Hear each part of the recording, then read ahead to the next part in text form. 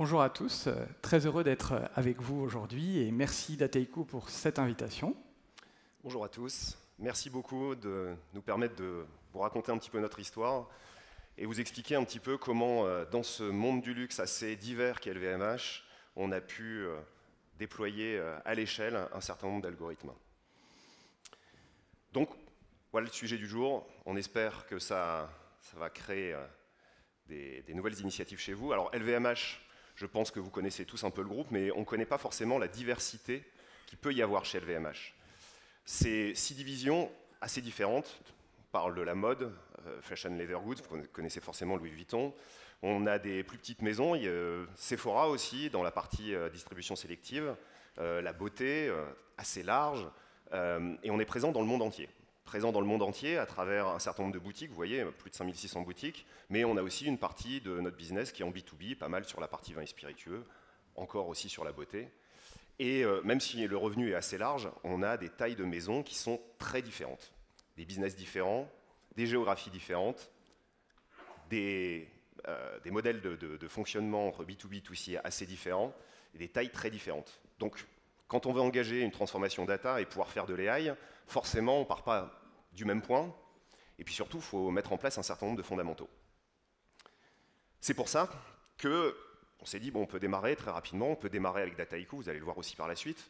Mais pour nous, c'était ultra important, et vous l'avez déjà vu ce matin, de mettre en place un certain nombre de fondamentaux pour s'assurer qu'on n'allait pas faire juste des petits coups one-shot et qu'on allait pouvoir répliquer finalement d'une maison, d'un contexte à l'autre, un certain nombre de choses. Donc d'abord, avant tout, il faut une plateforme data, bien sûr. Donc il faut les récupérer, les données, il faut savoir les digérer, pouvoir ensuite préparer l'enrichissement à travers de l'AI, mais il faut avoir cette plateforme. Donc notre enjeu, nous, côté LVMH, ça a été d'accélérer l'ensemble de nos maisons, de nos marques, en construisant un framework. Vous le voyez, on a même pensé à la Chine avec Alibaba Cloud, mais pour le reste du monde, un fort socle autour de BigQuery, qui peut être déployé par l'ensemble des maisons, sachant que chaque maison a sa data platform, pas plein de data platforms. Je pense que dans la salle, vous avez encore plein de data platforms, on en a encore, mais c'est ce qui progressivement permet de rassembler toutes les données à un endroit et de pouvoir justement bénéficier de toute cette donnée. Mais c'est bien d'avoir plein de données, mais si on ne la gouverne pas, si on n'a pas des définitions très claires pour chaque dataset qu'on a pu récupérer et digérer, ça c'est pas très utile. On fait de l'AI, on fait de la statistique, etc. Mais la pertinence, je pense que vous l'avez tous déjà revu, est énormément améliorée à partir du moment où on est très clair qu'on peut corréler, faire le inference avec des données bien définies et bien claires. Donc on a démarré, c'est une longue journée, je pense que c'est pareil, c'est quelque chose qui n'est pas propre à notre organisation, mais c'est très important pour accélérer la transformation data. Et bien sûr, de la formation. La formation, c'est un peu de tout, c'est de la formation de data scientist, forcément, ça reste un métier qui reste très jeune, de data engineer, c'est un métier en transformation, et puis c'est beaucoup d'acculturation de l'ensemble du COMEX jusqu'à l'opérationnel, comprendre ce qu'on peut faire avec la data, ce que c'est que l'IA, ce que c'est que la generative AI, parce qu'il faut bien démystifier la chose. Et c'est pour ça que, côté aussi LVMH, qu'est-ce qu'on a fait? On a construit un certain nombre d'écoles, de training, etc., qu'on a pu diffuser auprès de toutes les équipes, auprès de toutes les maisons. C'est toujours un travail en cours, bien sûr, mais c'est un socle sur lequel on peut s'appuyer quand on est une petite maison, une grosse maison, et qu'on a une maturité assez diverse. Tout ça pour dire que c'est le socle, mais après, on arrive, et en même temps, à faire de l'intelligence artificielle. Merci Aurélien. Donc, basé sur ces fondamentaux qui ont été décrits par Aurélien, eh bien, nous avons mené depuis plusieurs années déjà une transformation IA pour le groupe et pour ses maisons, pour obtenir de l'impact business sur différentes parties de la chaîne de valeur et donc générer de la valeur à l'échelle. Mais on ne veut pas utiliser n'importe quelle IA et de n'importe quelle manière.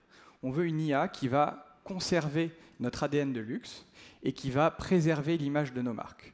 Et donc c'est pour ça qu'on a choisi de construire une stratégie d'IA custom, construite par nous, qui va être adaptée au luxe, et de nouer un partenariat avec l'université de Stanford sur la dimension Human-Centric AI, donc une IA centrée sur l'humain.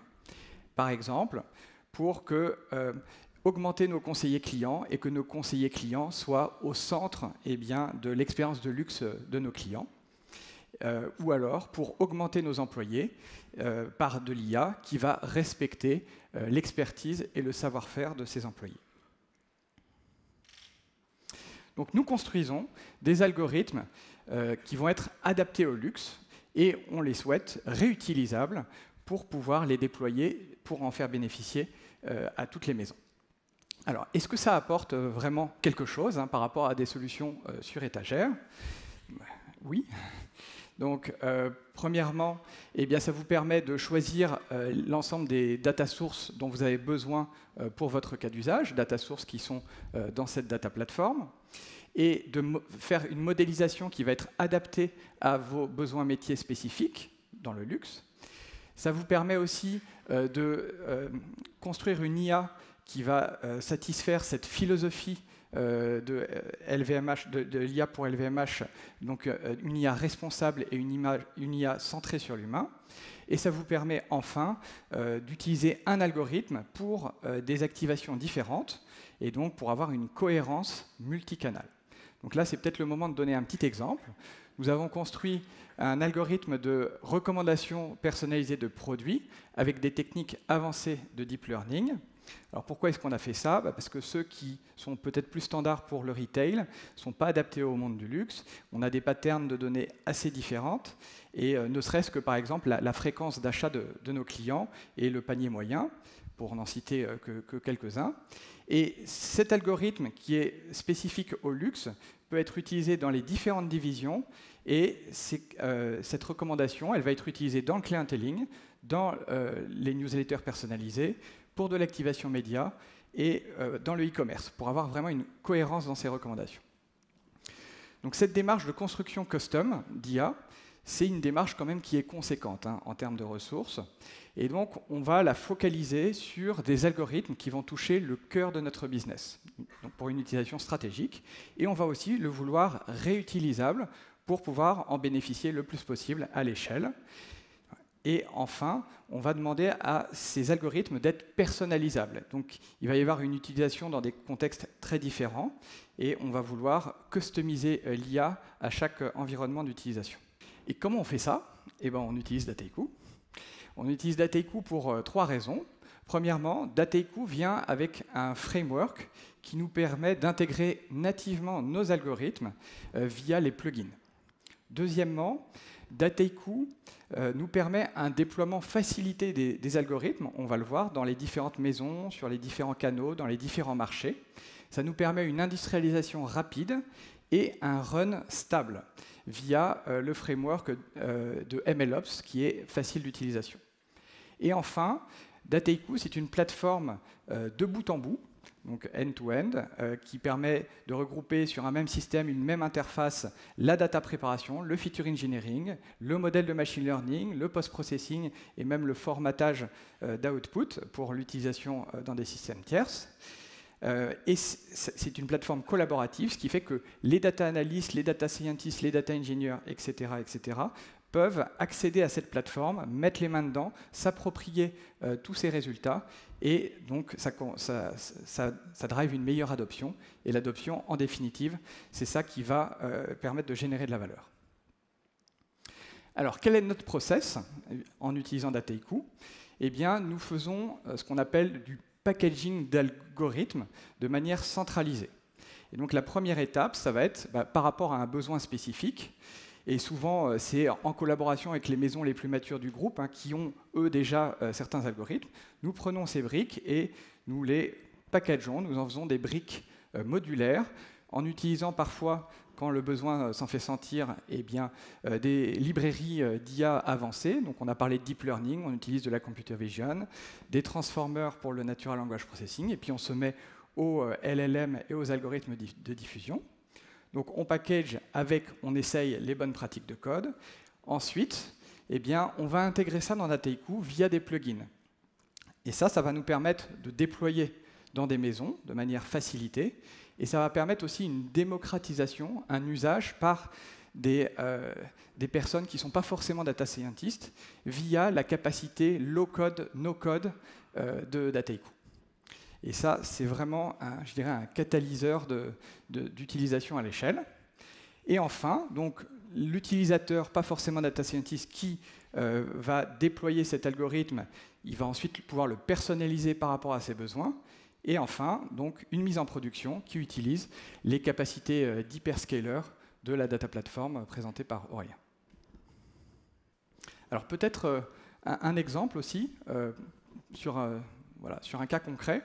Donc partons d'un exemple que nous avons déjà implémenté pas mal de fois, de newsletter personnalisé pour une maison. Donc vous avez une newsletter et vous voulez afficher des recommandations de produits qui soient personnalisées à la personne qui reçoit cette newsletter.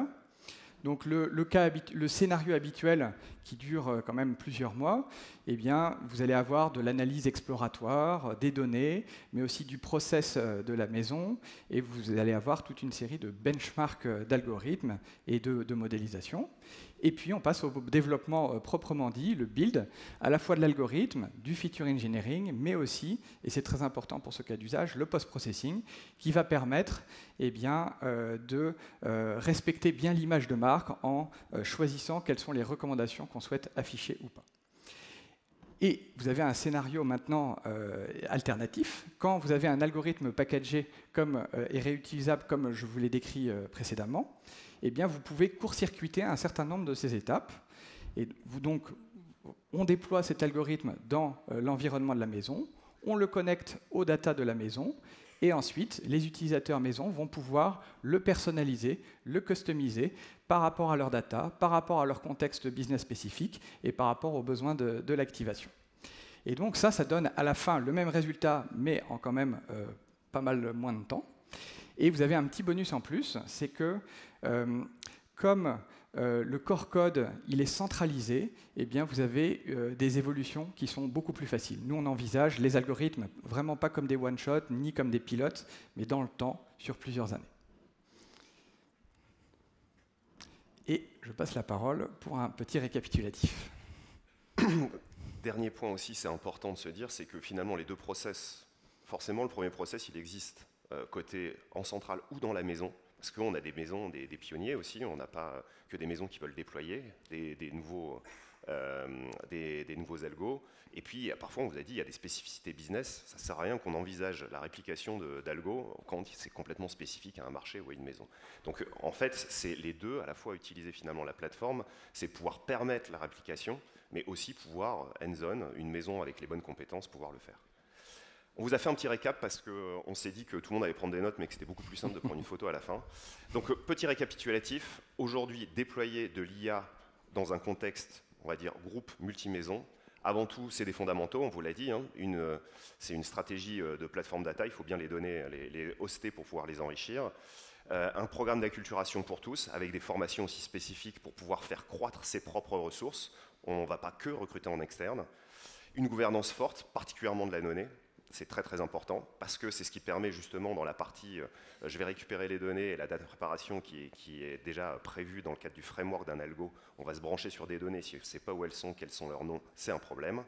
Et ensuite, c'est pourquoi aussi on est content de pouvoir bénéficier des capacités de la plateforme Dataiku, c'est d'avoir une vision bout en bout depuis finalement la partie innovation, sur le pipeline depuis la préparation jusqu'à la vision MLOps. Et ça nous permet donc à la fois savoir cette phase d'innovation et de pouvoir avoir la mise en production at scale.